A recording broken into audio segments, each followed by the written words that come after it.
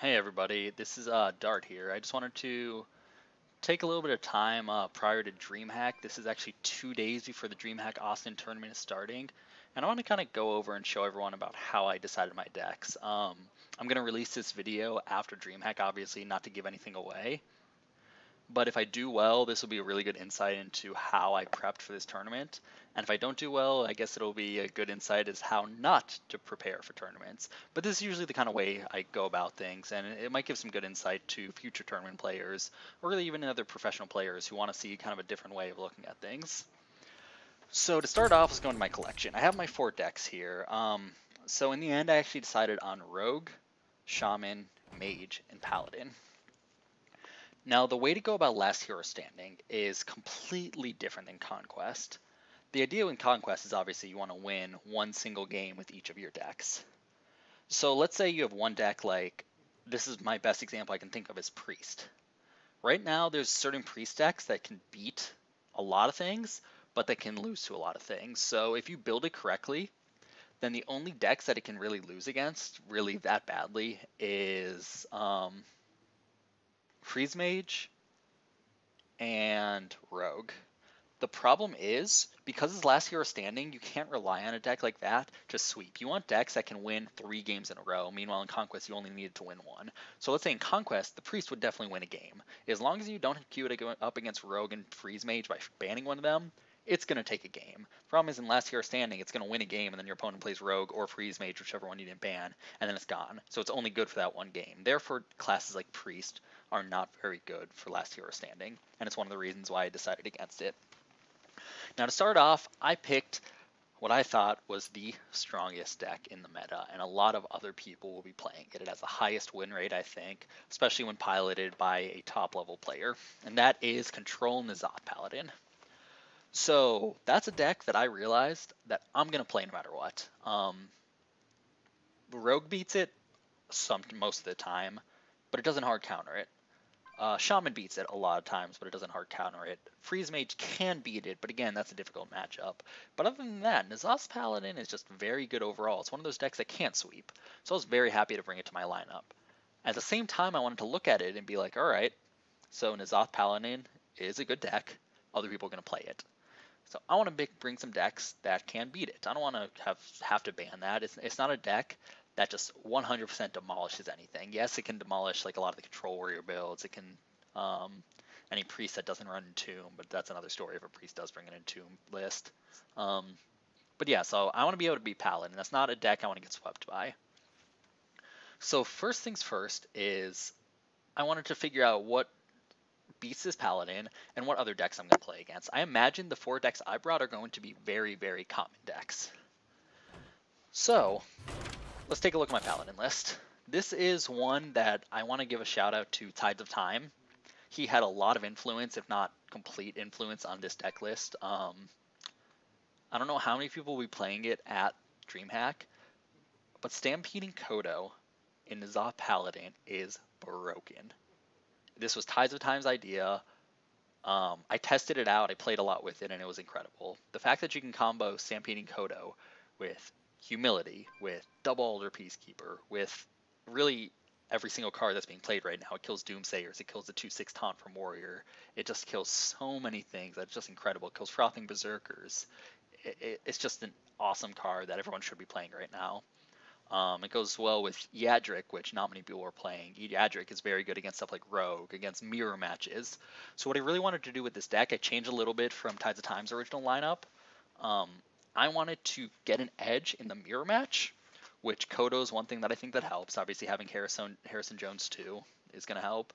But I also wanted to be a little bit better against Freeze Mage and Rogue. So one thing that people have been putting in, some haven't, is one thing I wanted to make sure I really had was Ragnaros. You'll see actually in two of my 4 decks have Ragnaros in kind of an odd list. So the reason for this is it's just that extra damage you might need to be able to win that Control Paladin matchup.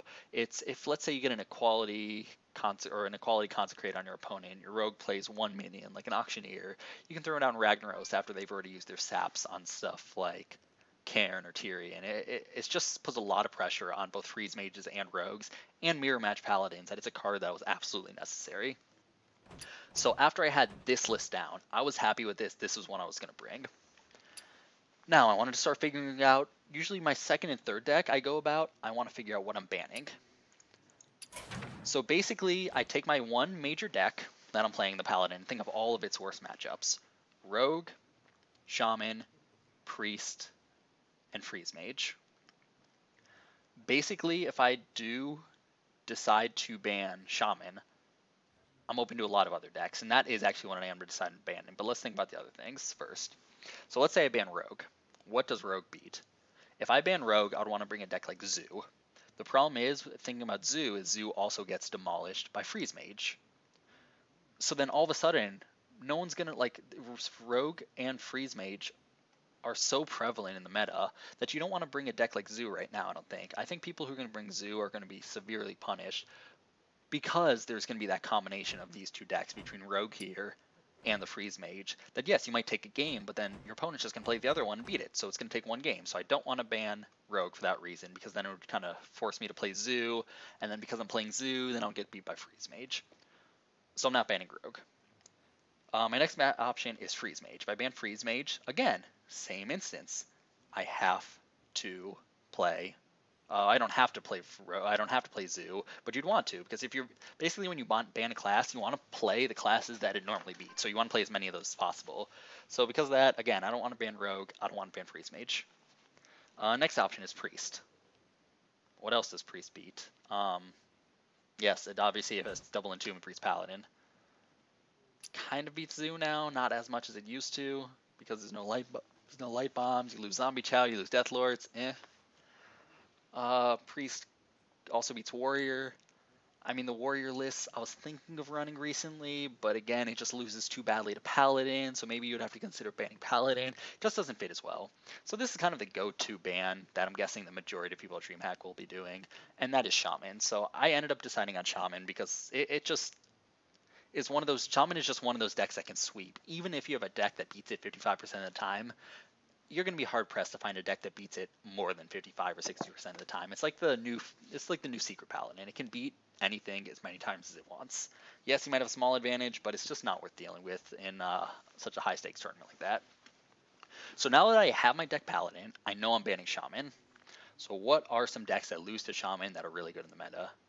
Oh yeah, Rogue. One of the hardest counters to Rogue is Shaman, and here's why I get my Rogue list. So now, once again, I need to make my Rogue deck. So Rogue on its own innately beats Zoo. Good with that. As long as I have 2 Phantom Knives, I am happy. Next, Freeze Mage. Kind of a difficult matchup. I ended up, you didn't like this card at first, but because of Doomsayers as an additional sap option for stuff like that, I thought one Shadow Strike was necessary. And because I am banning Shaman, I ended up taking out the Farseer. Because most matchups, like a Freeze Mage is going to kill you in one turn after the Alex anyways. So the Farseer may, in rare instance, give you help, but not so much. I'd rather get board control and not even need a Farseer to win. And once again, here we see it. Here's my finisher, Ragnaros. Good against Rogue. Obviously can get sapped, and it's probably the weakest against Rogue of all the things. Good against Paladin. Again, it could force out an equality combo, or if it's, let's say they equality combo you with a big board of like a Violet Teacher, a Zeril, an Edwin, then you throw down Ragnaros, and they're like, uh-oh, what do I do?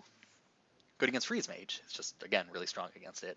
So I'm very happy with Ragnaros in this list. Now, one card that a lot of people probably aren't running, and what I think is the most underrated card in Hearthstone right now, is Undercity Huckster.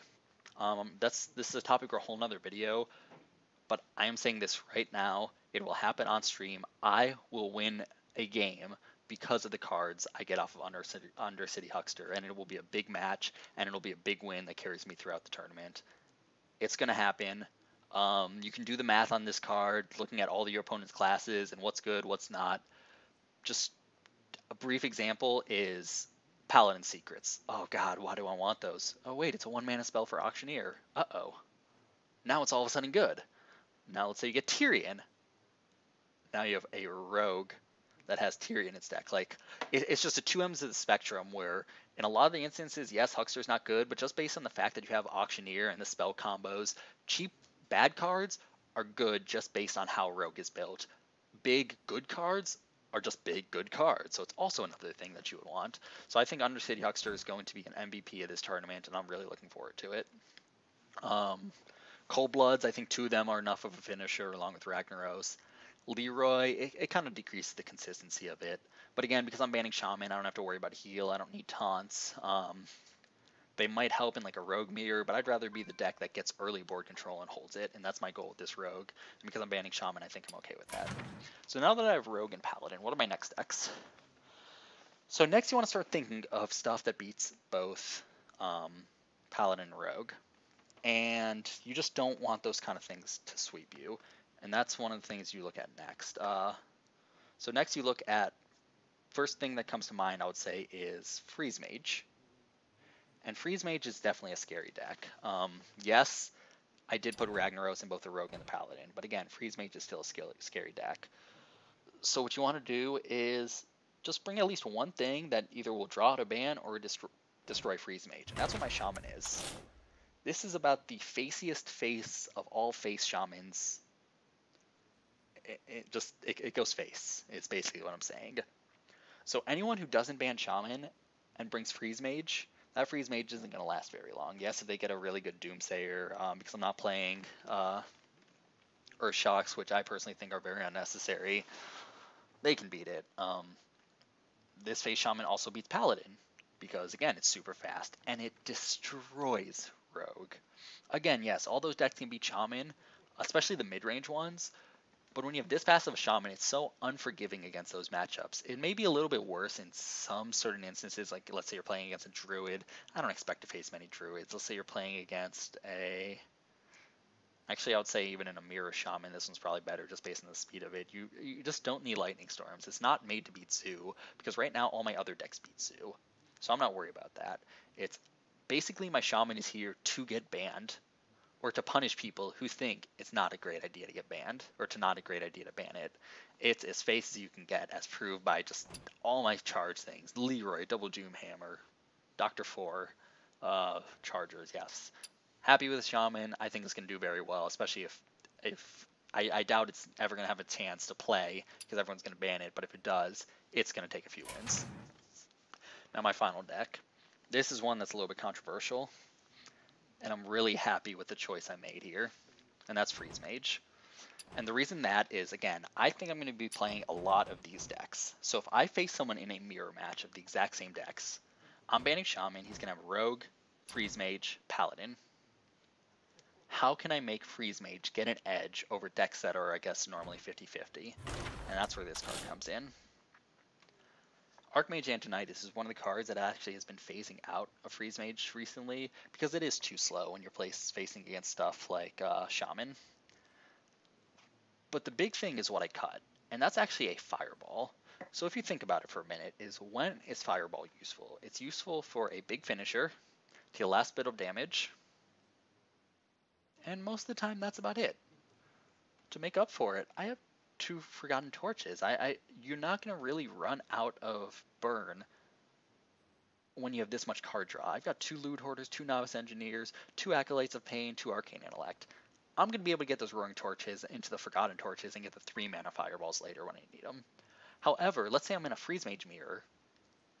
Whoever gets minions first usually wins. Yes, you want the Antonidas. Yes, you want the Archmage. Yes, you want the Alexstrasza. But when everyone else is cutting Antonidas, it gives me an additional win condition, an additional minion out to get out that forces your opponent as the Freeze Mage to kill it instead of killing your face. And that's a thing that I think is big. It's really going to swing my favor. It'll also do really, really well in Patron matchups and Control Warrior. Well, I don't expect to see much Control Warrior, but Patron matchups, a lot of times Patron matchups realize that they can get so much armor, and because people aren't playing Antonidas anymore, that they'll execute a Doomsayer. I'm okay with that, because then I will play an Antonidas and get 5 Fireballs and get through how much armor you have. If you want to be risky and use an Execute on Doomsayer, use an Execute on Alexstrasza, and leave me a unchecked Archmage Antonidas for me to Antonidas, Frost Nova, Frostbolt, Ice Lance your face, you're going to lose. And I think this is more of a surprise element that swings a few matchups. How I see it is one card in my favor that can really make a difference in the game is worth it. Now there's one instance, I'm calling it now, and I really hope it does not happen. We're not having Fireball, but the second Fireball will be punishing. If I'm in a Freeze Mage mirror, my opponent plays Emperor Thaurissan on turn 6, and I have Archmage Antonidas in my hand instead of Fireball. making me unable to kill that Emperor Thaurissan. That, I think, is the one instance where I'm just going to be shaking my head. But that's such an unlikely situation that I think it's worth it for the opportunities that Archmage gives. So I'm really looking forward to see how this pans out, and I think it'll do well. So there you have it. You see my 4 decks. Let's run through them real quick. We have the Undercity Huckster Rogue with the Ragnaros Finisher along with the Cold Bloods and 1 Conceal. I think 2 Conceals can get a little clunky. This is just more consistent. And Violet Teacher, just because I'm not sure why people have cut this card. You should have at least 1. It's really good. Alright, next. So we have the Shaman, the Full Face Shaman. If someone doesn't ban this, Zoo will beat it, nothing else will. That's just about how Shaman works. Freeze Mage, we cut a Fireball for the Antonidas. Oh, I want to mention, because I'm not really facing any face decks, all you need is Ice Block. The goal is to not let your opponent hit you in the first place. Shaman's one of those decks that can do it, but because I'm banning that, it doesn't matter. You survive, you Alexstrasza, you kill him in 1 turn. That's Freeze Mage. And finally, the N'Zoth Control Paladin, which I think is going to carry me throughout this tournament. People have put some weird tech cards in N'Zoth Paladin, but after long, hard thought, by cutting Lay on Hands, which is a card that stays dead in Paladin's hand so many times, I think this Paladin is going to carry me through this tournament, and it's going to do very, very well. So there you guys have it. You kind of got a little bit of insight in how I go about my tournament thought. There usually a lot of times I include a lot more spreadsheets, but because of the recent meta, it hasn't settled enough that I can start doing statistics like I normally do. So in the future, when I do something like this, I will bring up statistics. This one was literally more brute. Get your deck list perfect. Play the best decks you can. Make sure you don't get swept by any deck. And I do think it's going to turn out very well for me. So I want to give a quick shout out to the people who helped me prepare. So obviously Tides of Time, who really helped me with the Paladin. I've been practicing with him for the past week or 2. Incredible player. Look out for him in this tournament. I wouldn't be surprised if I don't win it, he will. Then Nelio, recently this last November made it to BlizzCon. Great player. He's been helping me test stuff out. Obviously my team, Cursed, Kvek on eSports Hero, and most definitely Ursi. Awesome player, has been really helping me test stuff out.